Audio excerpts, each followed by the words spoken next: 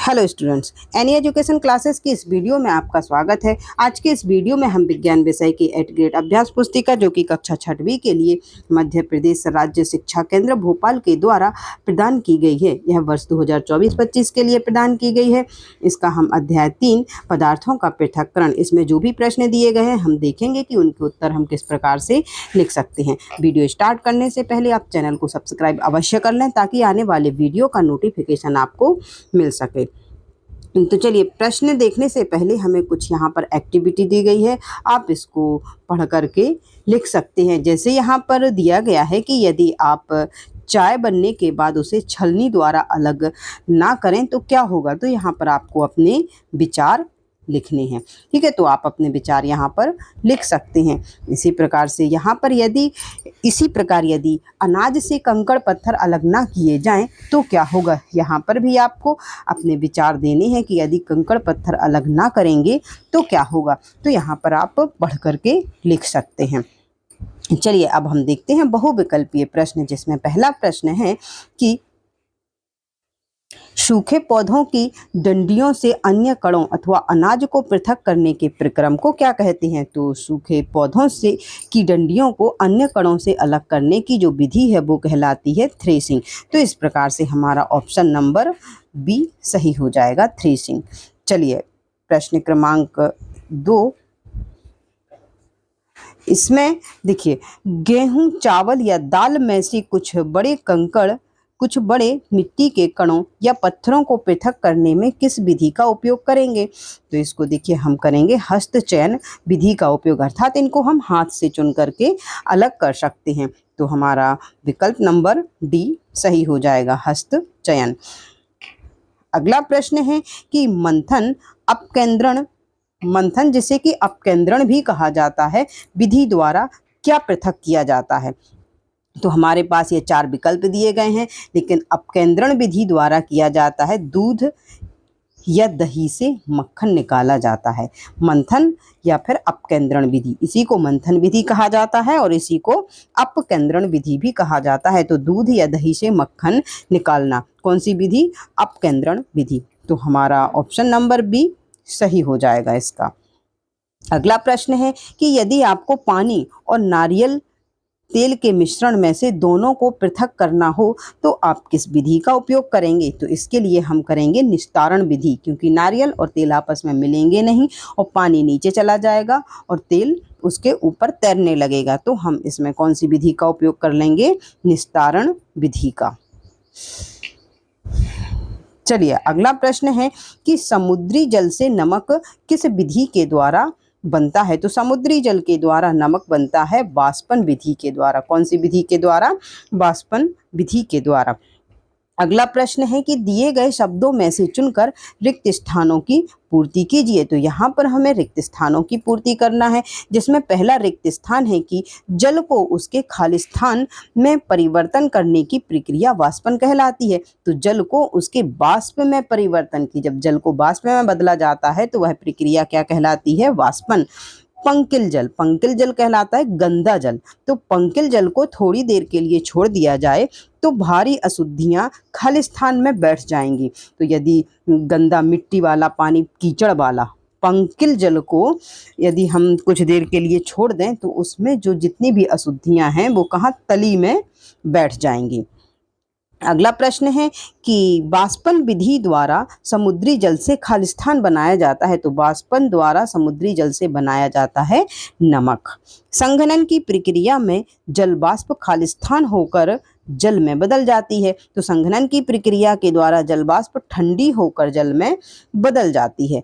अगला है कि घरों में पनीर बनाने के लिए खालिस्तान विधि का उपयोग किया जाता है। तो घरों में पनीर बनाने के लिए किया जाता है निस्यंदन विधि का उपयोग। तो इस प्रकार से हमने ये खालिस्तान देखे कि हम इनको किस प्रकार से भर सकते हैं। अगले यहाँ से हमारे अति लघु उत्तरीय प्रश्नों की शुरुआत होती है, जिसमें पहला प्रश्न है प्रश्न क्रमांक 2 जिसमें पूछा गया है कि पहेली के बाजार से सामान लेकर लौटते समय अचानक उसके सामान का थैला फट जाने से उसका सभी सामान आपस में मिल जाता है। अब बताइए कि पहेली क्या करेगी। तो देखिए, जब उसका सभी सामान आपस में मिल जाएगा तो वो क्या करेगी, पहेली पृथक्करण की विभिन्न विधियों का उपयोग कर सामान को अलग अलग करके उन्हें व्यवस्थित करेगी। क्योंकि जब सामान मिक्स हो जाएगा तो उनको पृथक्करण की विधियों का उपयोग करके अलग अलग करके उनको क्या कर लेगी, व्यवस्थित कर लेगी। अगला जो प्रश्न है कि पंकिल जल से स्वच्छ जल किस प्रकार प्राप्त किया जा सकता है।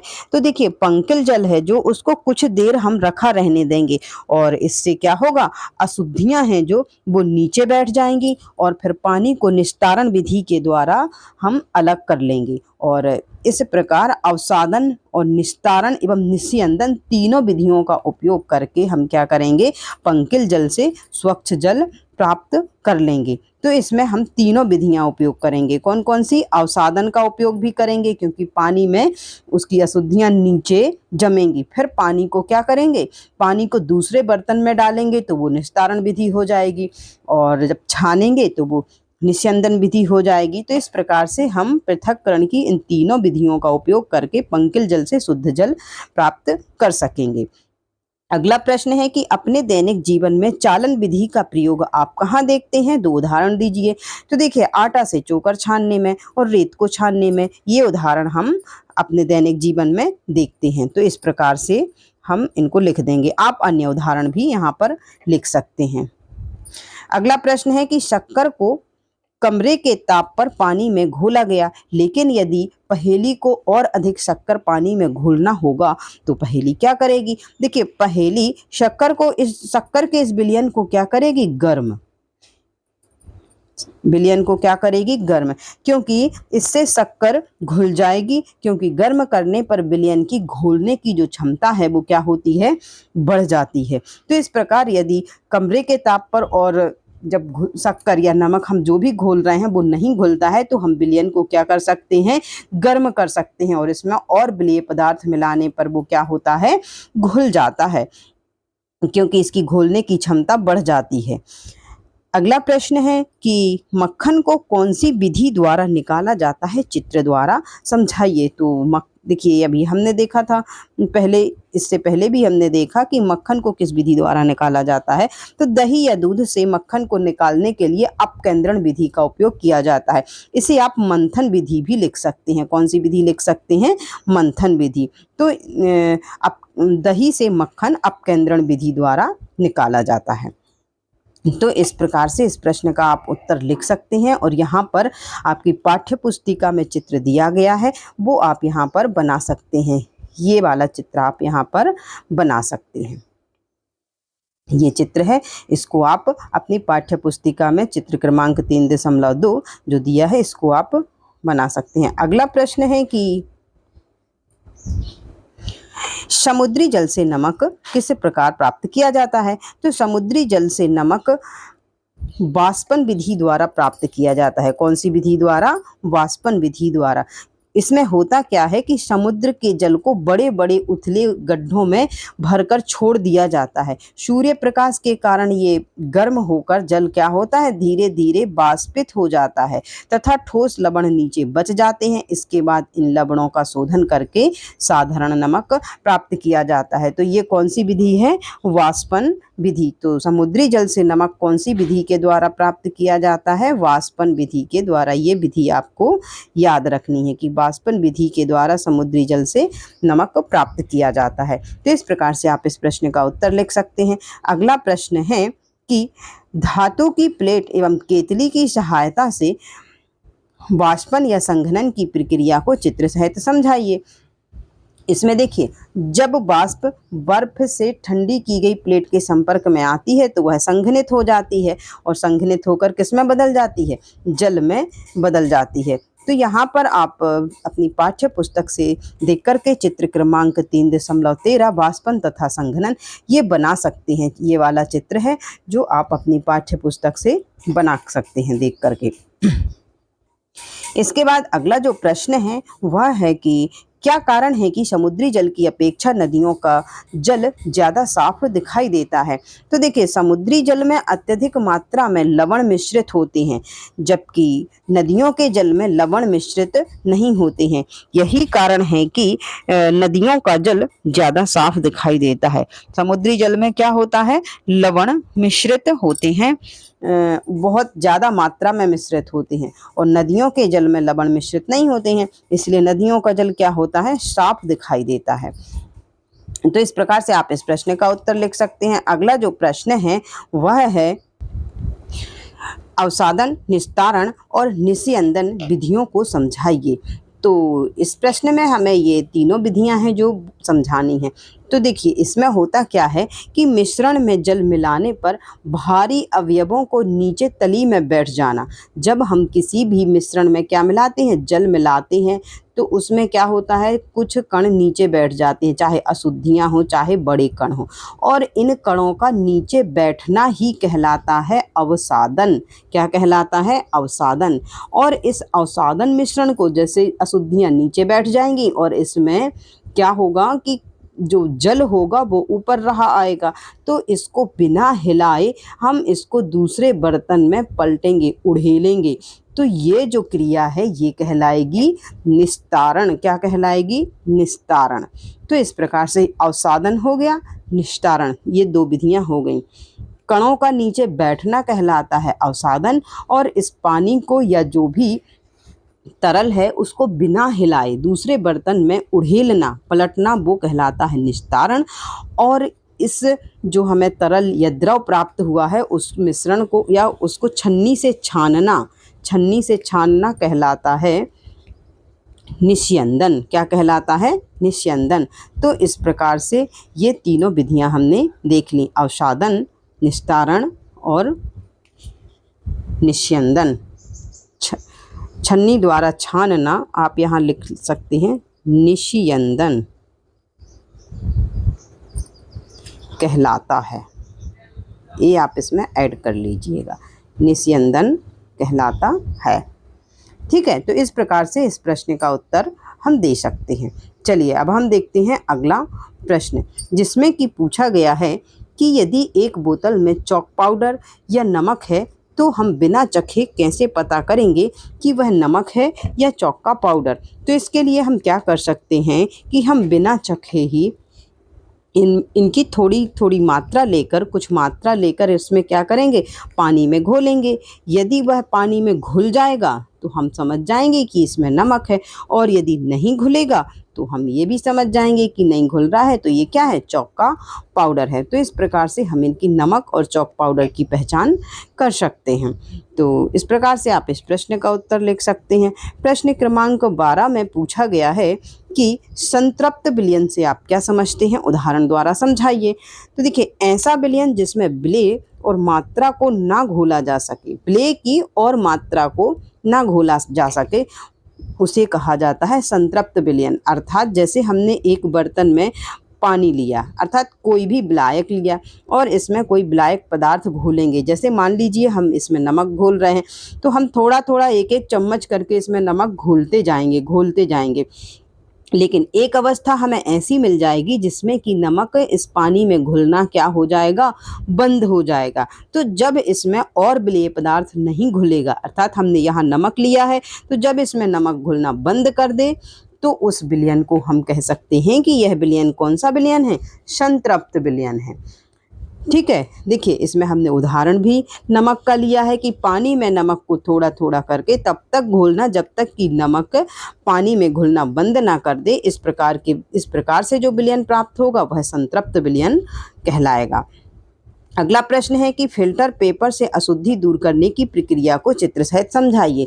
तो देखिए, चित्र आपकी पाठ्य पुस्तक में दिया गया है, आप देख करके इस प्रकार से चित्र बना सकते हैं। इसमें लिखने के लिए आप लिख सकते हैं कि सबसे पहले फिल्टर पत्र को शंकु के रूप में मोड़कर एक कीप में लगा देंगे। इस कीप को स्टैंड में फंसाकर उसके नीचे एक बीकर रख देंगे। ये ऐसा बीकर रख देंगे, और इसके बाद फिल्टर पत्र लगे कीप में से कुछ हम क्या डालेंगे? अशुद्ध जल डालेंगे, जिसको कि हमें छानना है। और फिल्टर पत्र में क्या होते हैं, सूक्ष्म छिद्र होते हैं। जो फिल्टर पत्र होता है उसमें सूक्ष्म छिद्र होते हैं और इन छिद्रों से होते हुए जब जल फिल्टर होकर नीचे बर्तन में इकट्ठा हो जाएगा और अशुद्धि क्या होती है, फिल्टर पत्र के ऊपर रह जाएगी। तो इस प्रकार से हम फिल्टर पत्र के द्वारा क्या कर सकते हैं, जल को छान सकते हैं या किसी भी द्रव को हम छान सकते हैं। अगला प्रश्न है कि दिए गए मिश्रण में से उनके अवयवों को कैसे पृथक करेंगे, विस्तार पूर्वक लिखिए। जैसे पहला दिया है गेहूं, चना, भूसा। हमारे पास एक ही मिश्रण में गेहूं भी मिले हुए हैं, चना भी मिले हुए हैं और भूसा भी मिला हुआ है। तीनों चीज़ें एक ही मिश्रण में मिली हुई हैं।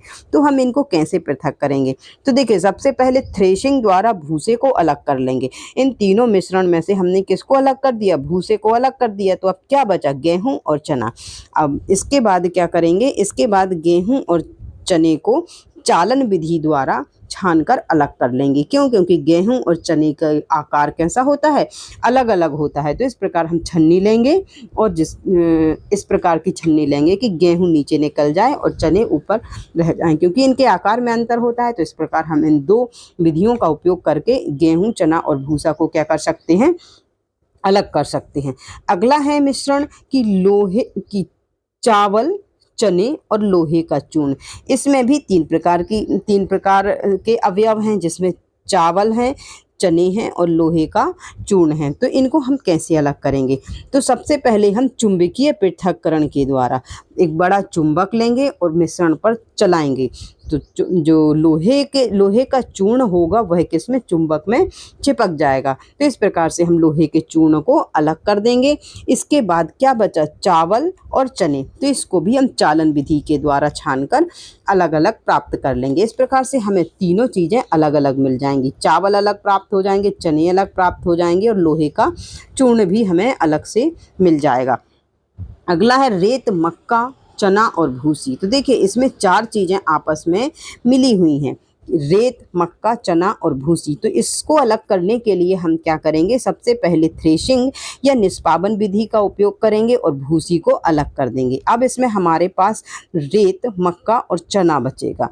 तो अब हम क्या करेंगे, चना और मक्का को पृथक्करण की विभिन्न विधियां अपना करके हम क्या कर लेंगे, अलग कर लेंगे। जैसे कि चालन विधि अपनाएंगे और निस्तारण विधि भी हम अपना सकते हैं। तो इस प्रकार से हम इन विधियों को अपना करके सारे अवयव अलग अलग प्राप्त कर लेंगे। इसमें जगह नहीं है, नहीं तो अपन इसको डिटेल से भी लिख देते। ठीक है, रेत को हम चालन विधि द्वारा अलग कर देंगे, फिर मक्का और चना बचेगा, इनको भी अन्य विधियों के द्वारा हम क्या कर देंगे, अलग अलग कर अवयवों को प्राप्त कर लेंगे।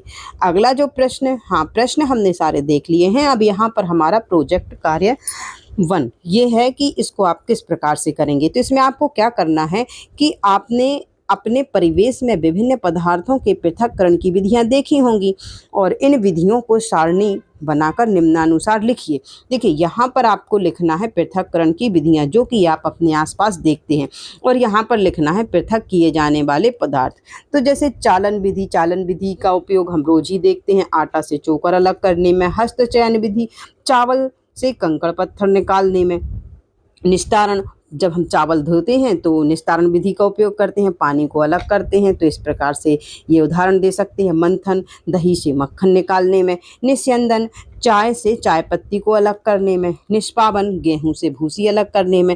तो इस प्रकार से आप ये उदाहरण दे सकते हैं। आप अपने उदाहरण भी यहाँ पर लिख सकती हैं क्योंकि प्रोजेक्ट कार्य आपको ही करना है। इस प्रकार से प्रोजेक्ट कार्य नंबर 2 भी दिया है कि आप निम्न मिश्रण को कैसे पृथक करेंगे। अपने दैनिक जीवन के अवलोकन के आधार पर अन्य उदाहरण लिखिए। तो देखिए जैसे पानी, तेल में पानी, ये मिले हुए हैं तो इसको हम निस्तारण विधि के द्वारा अलग कर सकते हैं। शक्कर के पानी से शक्कर, इसको हम वाष्पन विधि के द्वारा अलग कर सकते हैं। दही से मक्खन, तो इसको हम मंथन विधि के द्वारा अलग कर सकते हैं। दही से मक्खन को मंथन विधि के द्वारा अलग कर सकते हैं। चाय से चाय पत्ती, निस्यंदन विधि द्वारा। मिट्टी युक्त जल से साफ पानी, तो इसमें हम तीनों विधियां अपनाएंगे, अवसादन, निस्तारण और निस्यंदन। ऐसा हमने अभी पंकिल जल में देखा था। तो इसमें तीनों विधियां अपना करके हम इसको अलग कर सकते हैं, साफ जल को। साफ जल प्राप्त कर सकते हैं। अब यहाँ पर आपको अपने मन से और अन्य उदाहरण भी देना है, जैसे आटा से चोकर चालन विधि द्वारा, चावल से कंकड़ हस्तचयन विधि द्वारा, गेहूं से मिट्टी निस्तारण विधि, गेहूं में से कंकड़ पत्थर हस्तचयन विधि, पानी से नमक वाष्पन विधि। तो यहाँ पर उदाहरण आपको मन से अपने लिखना है। आप यही भी लिख सकते हैं और अपने मन से बदल कर भी लिख सकते हैं जो आप अपने आसपास देखते हैं। तो देखिए, इस प्रकार से हमने प्रोजेक्ट कार्य भी देख लिए कि प्रोजेक्ट कार्य हम किस प्रकार से कर सकते हैं। तो इस अध्याय के हमने सारे प्रश्न देख लिए कि उनके उत्तर हम किस प्रकार से लिख सकते हैं, उनको हमने समझा भी।